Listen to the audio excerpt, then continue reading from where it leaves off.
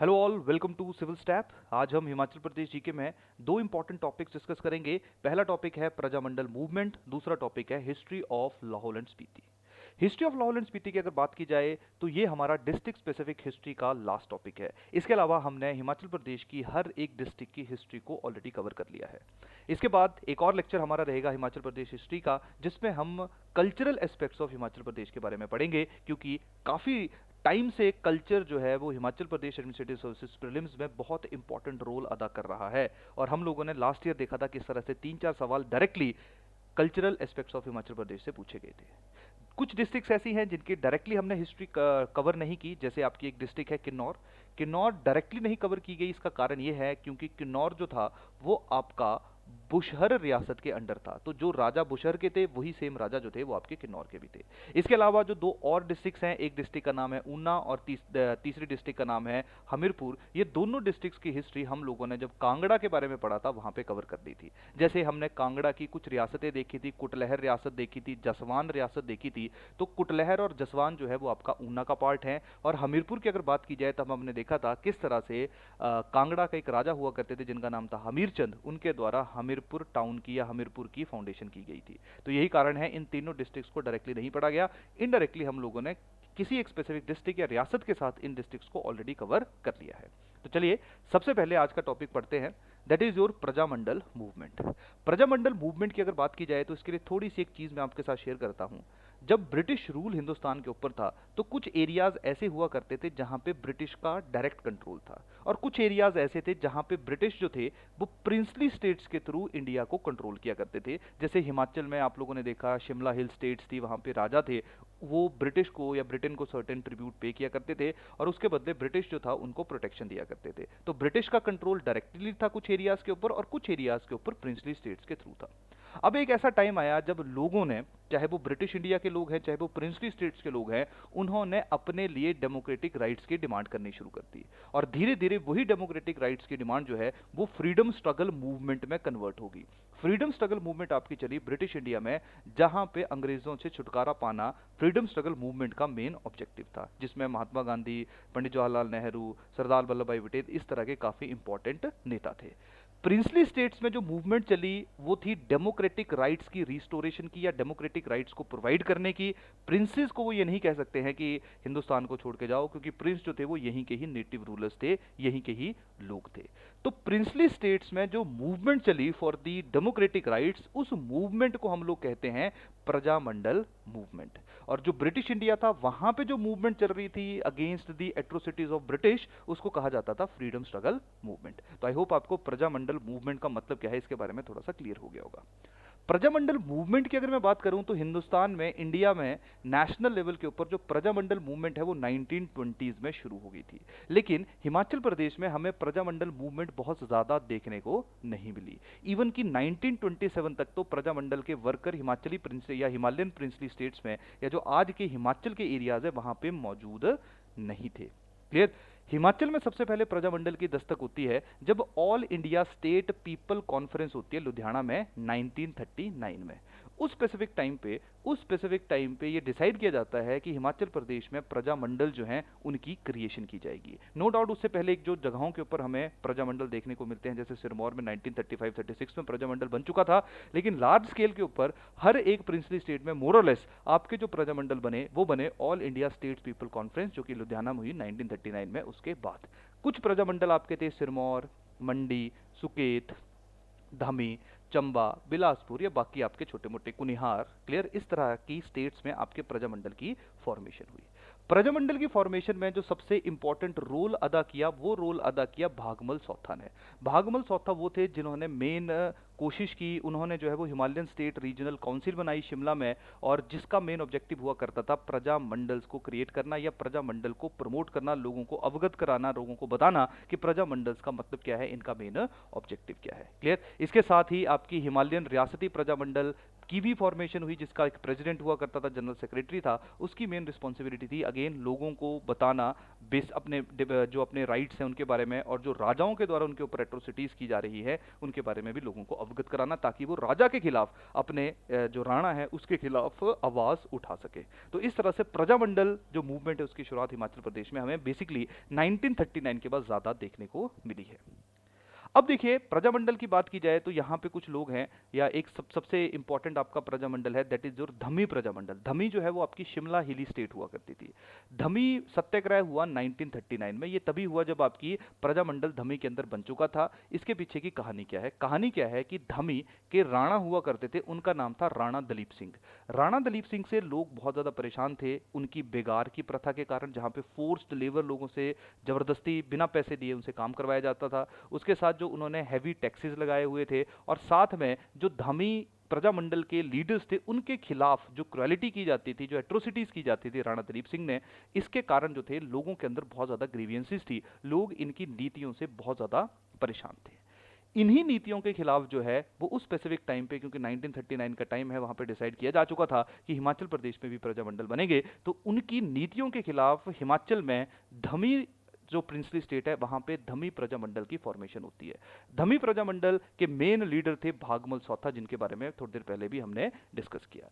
भागमल सौथा की अगर हम बात करें तो भागमल सौथा राणा से, दलीप सिंह से मिलने जा रहे थे कुछ लोगों के साथ, ताकि वो राणा को बता सके कि क्या क्या रिफॉर्म्स आपको लेके आने पड़ेंगे, लोगों को आपको बेसिक राइट्स जो हैं उनको प्रोवाइड करना पड़ेगा। जब भागमल सौता जा रहे थे वो बहुत ज़्यादा लोगों को अपने साथ नहीं लेके जा रहे थे, लेकिन बीच में कुछ भीड़ भीड़ जो है वो उनके साथ मिल जाती है, क्योंकि वो राजा से बहुत ज़्यादा परेशान थे। तो वो उत्साहित होते हैं कि देखिए कोई उनका रिप्रेजेंटेटिव जो है वो राजा के से बात करने जा रहा है उनके राइट्स की। तो धीरे धीरे जो है वो भीड़ का साइज बहुत ज़्यादा इंक्रीज हो जाता है।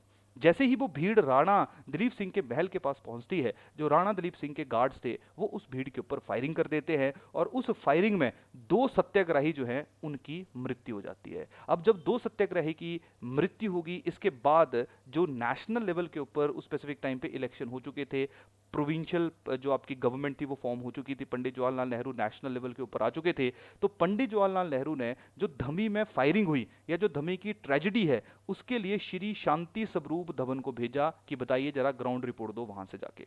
शांति स्वरूप ने जब ग्राउंड रिपोर्ट दी, उसके बाद धमी ट्रेजेडी के लिए एक इंक्वायरी कमेटी बनाई गई, और उस इंक्वायरी कमेटी के हेड थे लाला दुनीचंद। लाला दुनीचंद ने यह माना कि धमी फायरिंग जो है वो राजा की गलत जो प्रैक्टिस है उसके कारण हुई है, राजा ने जानबूझ के उस फायरिंग को एग्जीक्यूट करवाया है, और उसके साथ ही जो ऑर्डर या जो डायरेक्शंस दी गई, जो कंक्लूजन निकले उस स्पेसिफिक कमेटी के, वो ये थे कि जो फायरिंग इंसिडेंट है उसकी इम्पार्शियल जो है वो इंक्वायरी होनी चाहिए, और जो दोषी हैं उनको सजा होनी चाहिए, जिन्होंने अनप्रोवोक्ड फायरिंग की लोगों को उनको पनिशमेंट देनी चाहिए। तो ये इस स्पेसिफिक कमेटी के बाद हुआ। पर कहानी क्या थी कि 1939 में जब सेकेंड वर्ल्ड वॉर की शुरुआत होती है और ब्रिटिश इंडिया को डिक्लेयर कर देते हैं उसका साथी, without consulting the government at the central level, जिसमें पंडित जवाहरलाल नेहरू या बाकी कांग्रेस के लोग थे, तो ये सारे के सारे लोग जो है वो नेशनल लेवल से रिजाइन कर देते हैं। तो इसके कारण जो है वो कहीं ना कहीं जो कमेटी है उसकी रिकमेंडेशंस इंप्लीमेंट नहीं होती है। लेकिन सबसे पहले नेशनल लेवल के ऊपर जो मुद्दा उठा वो उठा धमी फायरिंग का, जो राणा दलीप सिंह के टाइम पे हुई, और यहाँ पे जो क्रेडिट दिया जाता है, श्रेय दिया जाता है, वो दिया जाता है धमी प्रजामंडल का, जिन्होंने राजा की जो गलत नीतियां थी उनके खिलाफ आवाज उठाई। नेक्स्ट आपका है that is your Pajhota movement. Pajhota movement की अगर हम बात करें तो पझोता मूवमेंट जो वो 1942 में जब क्विट इंडिया मूवमेंट चला, उसी दौरान जो है वो आपकी पझोता मूवमेंट भी, एक पझोता एरिया है तुम्हारा सिरमौर में, वहां पे चलनी शुरू होगी। जो राजा थे आपके सिरमौर के उस स्पेसिफिक टाइम पे, उनका नाम था राजेंद्र प्रकाश।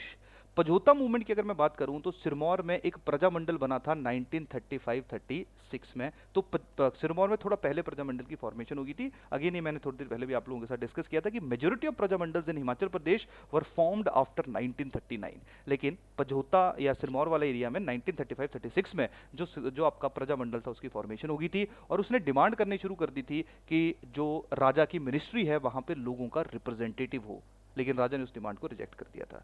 जब क्विट इंडिया मूवमेंट की बात होती है तो उस स्पेसिफिक टाइम पे जो आपका प्रजामंडल है वो जब आपका सेकेंड वर्ल्ड वॉर की शुरुआत होती है तो स्पेसिफिक टाइम पे सिरमौर प्रजामंडल एक नारा देता है, जिस नारे का नाम था भाई दो ना पाई दो। भाई दो ना पाई दो का मतलब है ना टैक्स दो, ना अपने भाइयों को लड़ने के लिए भेजो, ना सपोर्ट दो ब्रिटिश आर्मी को लोगों के द्वारा, ना ही उनको टैक्स पे करो। तो यही कारण था कि सिरमौर प्रजामंडल काफ़ी ज़्यादा नेशनल लेवल के ऊपर आ चुका था।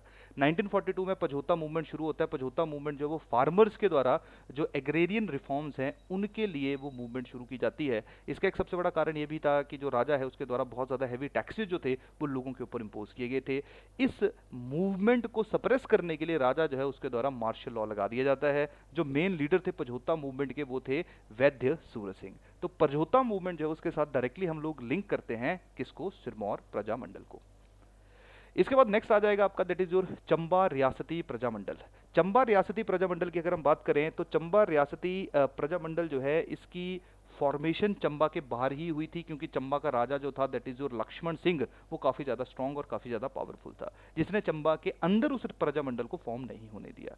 और ये जो चंबा रियासती प्रजामंडल थी इसने all India state people conference में भी पार्टिसिपेट किया था। इसके जो मेन आपके लीडर्स थे उन लीडर्स का नाम था गुलाम रसूल एंड विद्यासागर। इसके साथ इस प्रजामंडल की मेन जो रेजोल्यूशंस थे या मेन जो नीड्स थी, रिक्वायरमेंट्स थी, वो यही थी कि लोगों को जो है वो बेसिक फंडामेंटल राइट्स और सिविल लिबर्टीज जो हैं वो प्रोवाइड की जाएं। राजा ने कुछ मांगे जो थी वो उनकी एक्सेप्ट कर ली थी। इसके साथ कुछ छोटी सी इन्फॉर्मेशन जो वो मैं आप लोगों के साथ शेयर कर लेता हूँ। हो सकता है कि कभी कभी एग्जाम में इस तरह की चीज़ें जो हैं वो आप लोगों से पूछी जाएं। अगर सबसे पहले आप लोगों से पूछा जाए कि हिमाचल प्रदेश के अंदर जो है वो पंचायती राज इंस्टीट्यूशंस की क्रिएशन कब होनी शुरू हुई, तो हिमाचल में सबसे पहले जो पंचायती राज इंस्टीट्यूशंस हैं वो बने तुम्हारे मंडी में। और ऐसा नहीं था कि हिमाचल प्रदेश के जो राजा थे वो बहुत ज़्यादा क्रूअल थे, उन राजाओं ने भी अपने लेवल के ऊपर रिफॉर्म्स लेके आने शुरू किए थे। जैसे थोड़ी देर में हम बिलासपुर के बारे में देखेंगे तो वहाँ पे आनंद चंद के द्वारा एजुकेशन में सोशल रिफॉर्म्स काफ़ी ज़्यादा जो थे वो इंट्रोड्यूस किए थे उसके जो राज्य है उसकी जो स्टेट थी उसमें। तो राजाओं के द्वारा भी कुछ रिफॉर्म्स लेके जा रहे थे, जैसे मंडी की मैंने बात की, इसके बाद बिलासपुर है, सिरमौर है, इन राजाओं ने यहाँ के राजाओं ने लोगों के लिए कुछ रिफॉर्म्स इनिशिएट किए थे। क्लियर। लेकिन अगेन लोगों की जो एस्पिरेशंस थी उनको ये राजा नहीं समझ पाए, क्योंकि वो अपने अकॉर्डिंगली जो लोगों को देना चाहते थे वो देते थे, वो लोग जो चाहते थे वो उनको प्रदान नहीं करते थे। यही कारण था धीरे धीरे आप लोग देखोगे कि सारे की सारी रियासतें जो है वो हिंदुस्तान के अंदर मर्ज हो जाएंगी। इसके बाद नेक्स्ट आ जाएगा आपका that is your Rampur Bushahr movement. Rampur Bushahr movement की अगर हम बात करें तो रामपुर बुशहर मूवमेंट जो है उसके मेन लीडर थे सत्यदेव बुशहरी। रामपुर बुशहर मंडल जो है या जो रामपुर बुशहर मूवमेंट है इसको लीड किया बुशहर प्रजामंडल ने। अब बुशहर प्रजामंडल जो था इसकी जो फॉर्मेशन है वो बहुत ज़्यादा लेट हुई। 1945 में जो है इसकी फॉर्मेशन हुई और उसके बाद इसने एक्टिवली काम करना शुरू किया। बेसिकली जो रामपुर बुशहर मूवमेंट थी या जो आपकी बुशहर प्रजामंडल के द्वारा चलाई गई थी उसका मेन ऑब्जेक्टिव ये था कि बुशहर जो है उसको नेशनल स्ट्रीम के साथ ज्वाइन किया जाए, हिंदुस्तान के साथ मर्ज किया जाए और उसके साथ साथ लोग जो है उनको सिविल और डेमोक्रेटिक राइट्स प्रोवाइड किए जाएं। और जो राजा हुआ करते थे उस स्पेसिफिक टाइम के, उन राजा ने जो है हरदेव सिंह, उन्होंने जो है वो इस स्पेसिफिक जो डिमांड है उसको एक्सेप्ट कर लिया। क्लियर। नेक्स्ट आपका आ जाएगा that is your Kunihar Prajamandal. Kunihar Prajamandal की अगर हम बात करें तो कुनिहार प्रजामंडल जो है वो इसकी फॉर्मेशन हुई थी 1939 में। 1939 में जब उसकी फॉर्मेशन होती है, यहाँ पे थोड़ी सी करेक्शन है, जो रामपुर बुशहर मूवमेंट है इस टाइम पे जो राजा हैं उनका नाम है पदम सिंह और जो कुनिहार प्रजामंडल है इनका नाम है हरदेव सिंह। जो कुनिहार प्रजामंडल है उस स्पेसिफिक टाइम पे कुनिहार के जो राजा हुआ करते थे, राणा हुआ करते थे, उनका नाम था राणा हरदेव सिंह। क्लियर। अब देखिए जब कुनिहार प्रजामंडल की आपकी फॉर्मेशन होती है तो कुनिहार प्रजामंडल बनता है आपका 1939 में। इसके मेन लीडर्स का नाम है कांशीराम गौरी शंकर। कुनिहार प्रजामंडल जो है वो राणा हरदेव जी के द्वारा जो है वो अनलॉफुल बॉडी डिक्लेयर कर दी जाती है। कुनिहार प्रजामंडल कुछ डिमांड्स रखता है राणा के सामने, ये एजिटेशन सत्याग्रह लॉन्च करता है। उस उनमें से कुछ डिमांड्स थी। पहली demand, release of political workers. जितने भी पॉलिटिकल वर्कर्स थे, क्योंकि जब अनलॉफुल बॉडी डिक्लेयर कर दिया गया कुनिहार को तो काफ़ी वर्कर्स को उठा के जेल में डाल दिया गया, तो इस प्रजामंडल ने डिमांड की कि उन पॉलिटिकल वर्कर्स को रिलीज किया जाए। दूसरा, जो टोटल लैंड रेवेन्यू के ऊपर आपका टैक्स लग रहा है उसको 25% कम किया जाए। तीसरा, जो आपने प्रजामंडल के ऊपर बैन किया है उसको हटाया जाए और उसके साथ साथ एडमिनिस्ट्रेटिव रिफॉर्म्स के लिए कमेटी बनाई जाए और जो कुनिहार वाला एरिया है वहाँ पे एडमिनिस्ट्रेटिव रिफॉर्म्स लेके आ जाए, लोगों के जो डेमोक्रेटिक राइट्स है उनको रिस्टोर किया जाए। तो इस तरह से कुनिहार प्रजामंडल के इंपॉर्टेंट जो आपके लीडर्स हैं उनका नाम आपको पता होना चाहिए, क्या उनकी डिमांड्स थी उसके बारे में भी थोड़ा सा आपको आइडिया होना चाहिए। एक और चीज़ है, जो सारे के सारे आपके प्रजामंडल्स हैं वो 1946 में हिमालयन हिली स्टेट्स रीजनल काउंसिल में अपने आप को मर्ज कर लेते हैं, और ये वही रीजनल काउंसिल है जो बाद में कांग्रेस के अंदर अपने आप को मर्ज करेगी। यही कारण है जो अपर हिली एरियाज है वहां पे आप लोगों को कांग्रेस की डोमिनेशन देखने को मिलती है। इसके बाद नेक्स्ट आपका है that is your Bilaspur Prajamandal. Bilaspur Prajamandal की अगर हम बात करें तो जब बिलासपुर प्रजामंडल बना था उस स्पेसिफिक टाइम पे बिलासपुर का राजा हुआ करता था आनंद चंद, और आनंद चंद जो है उसको बहुत ज्यादा क्रूअल और बहुत ज्यादा एजुकेटेड, मतलब इसके दोनों साइड से इसने बहुत ज्यादा रिफॉर्म जो थे वो बिलासपुर के अंदर लेके आया था। जैसे बेसिक एजुकेशन 10वीं तक लोगों को प्रदान करनी शुरू की थी, पूरे का पूरा जो प्रोहिबिशन इम्पोज कर दी थी, प्रोहिबिशन का मतलब है कि जो लिक्कर है, सेल ऑफ लिक्कर है, इसको बैन कर दिया था। उसके साथ जो है वो पंचायती राज इंस्टीट्यूशंस लॉन्च कर दिए थे, साथ में हरिजन्स के डेवलपमेंट के लिए सोशल वेलफेयर प्रोग्राम जो थे वो लॉन्च किए गए थे राणा या राजा आनंद चंद के द्वारा। तो आनंद चंद वो राजा है जो ये चाहता था कि बिलासपुर जो है वो एक इंडिपेंडेंट स्टेट के रूप में रहे। यही कारण है, आप लोग देखोगे बाद में जब हम आज़ाद भी हो जाएंगे तब हिमाचल प्रदेश जब बनेगा 30 प्रिंसली स्टेट्स के थ्रू, तब उन 30 प्रिंसली स्टेट्स में बिलासपुर नहीं होगा, और इवन जब पूरे हिमाचल को ग्रुप सी का स्टेटस दिया जाएगा उस स्पेसिफिक टाइम पे बिलासपुर को भी ग्रुप सी का स्टेटस प्रदान होगा। तो अनंत चंद काफी टाइम तक जो है वो उसने रिजिडिटी शो की, लेकिन बाद में धीरे धीरे जो है उसको हिमाचल प्रदेश के अंदर आना पड़ा। जो बिलासपुर प्रजामंडल था, क्योंकि अनंत चंद बहुत क्रूअल था, बहुत पावरफुल था, तो बिलासपुर प्रजामंडल कभी भी बिलासपुर के अंदर रह के जो है वो अपनी एक्टिविटीज नहीं कर पाया। उसकी एक्टिविटीज हमेशा नियर बाई एरिया से हुआ करती थी। इसकी फॉर्मेशन हुई 1948 में, और इसके जो लीडर थे उनका नाम था दौलत राम सांखिया और नरोत्तम दत्त शास्त्री। क्लियर? तो ये आपके जो हैं वो इंपॉर्टेंट प्रजामंडल्स हैं। क्लियर? तो इसके बाद जो है वो हम लोग नेक्स्ट टॉपिक के ऊपर मूव कर रहे हैं। आई होप आपको प्रजामंडल्स का थोड़ा सा कंसेप्ट समझ आया होगा। अब देखिए सवाल यहाँ पे आता है कि क्वेश्चन किस तरह से पूछे जाते हैं या किस तरह से क्वेश्चन अभी तक पूछे गए हैं।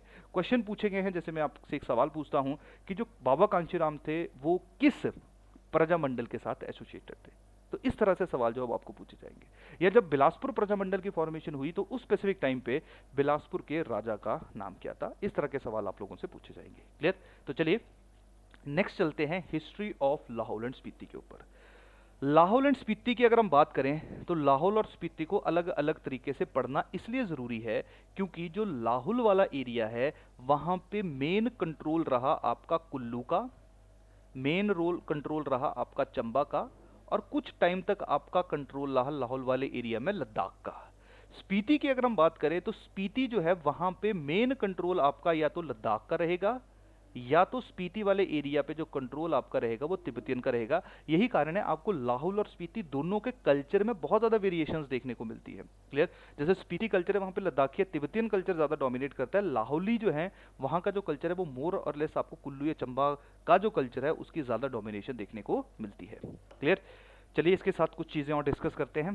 देखिए सबसे बड़ी बात क्या है कि ये जो लाहौल शब्द है, सबसे पहले लाहौल को पिक करते हैं।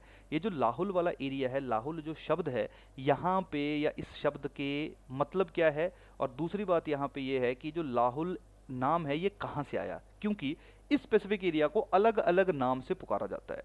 अगर मैं बुद्धिस्ट स्क्रिप्चर्स की बात करूँ, पद्म थंग यांग की बात करूँ, ममका बुमकम की बात करूँ, तो वहाँ पे जो है वो लद्दाख और जास्कर के बीच के एरिया को खासा या हाशा का नाम दिया गया, खासा या हाशा का नाम दिया गया।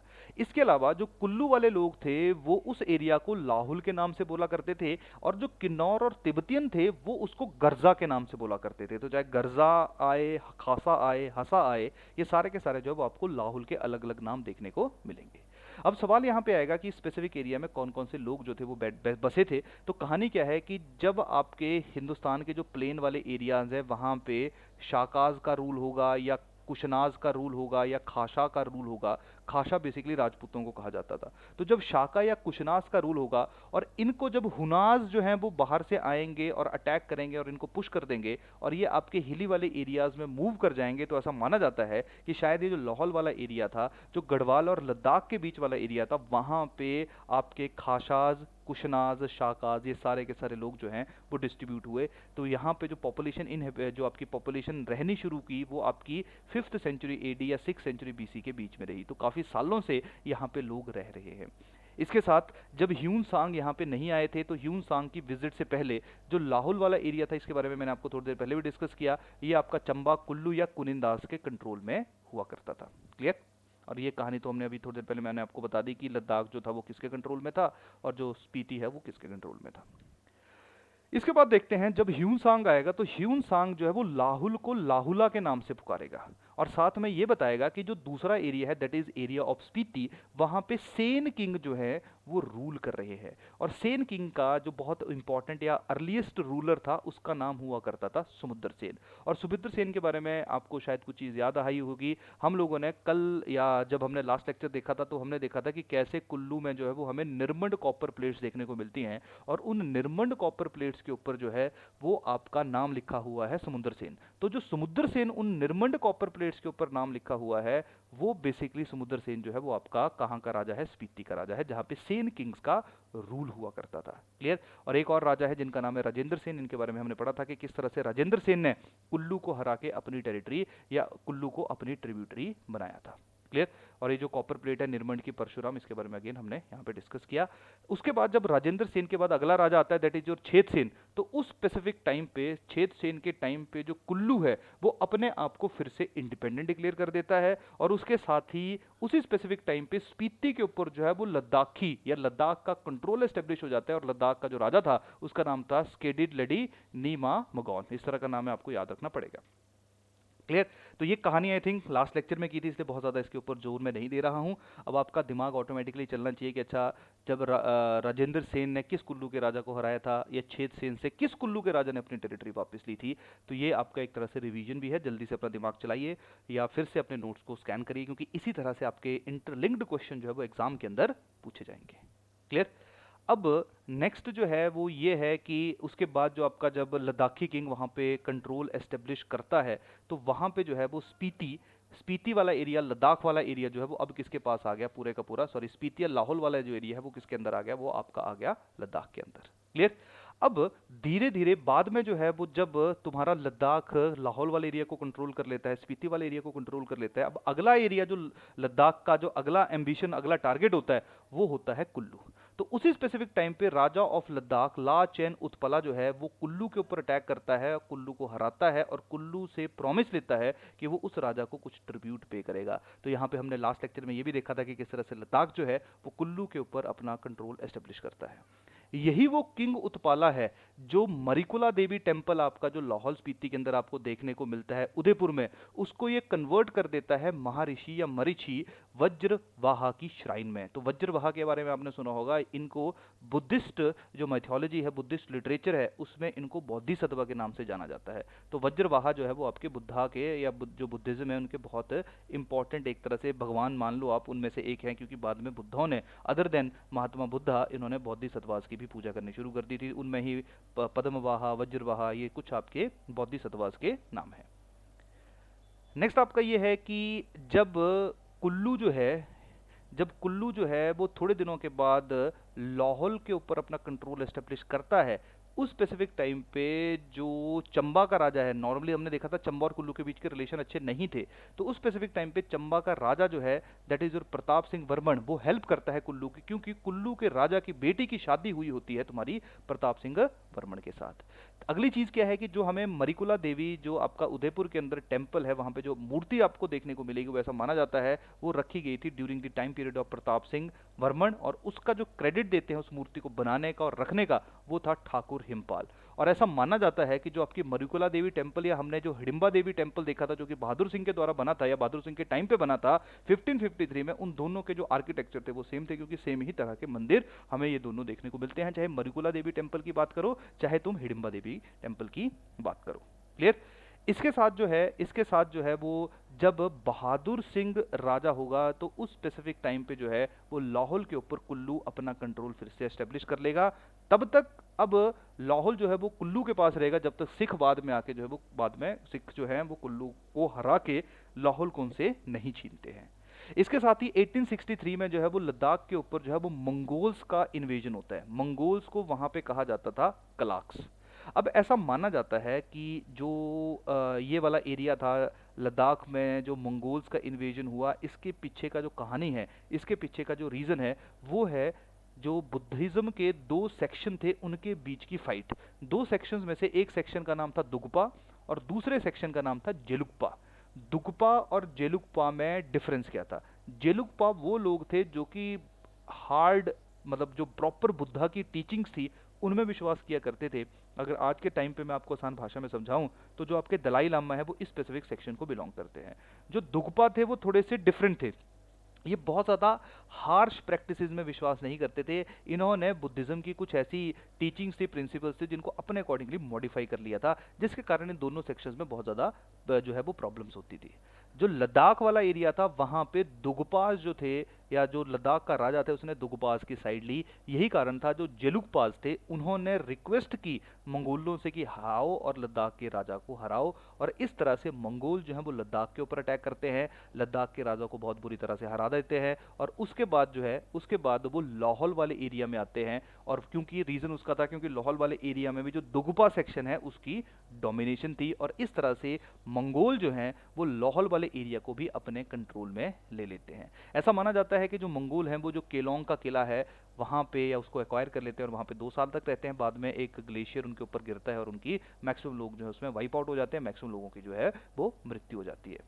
उसके साथ अब देखो कहानी क्या है कि मंगोल बैठे हुए हैं और नीचे जो आपका एरिया है, मतलब जो दिल्ली वाला एरिया है, पहाड़ी वाले एरिया में मंगोल आ चुके हैं।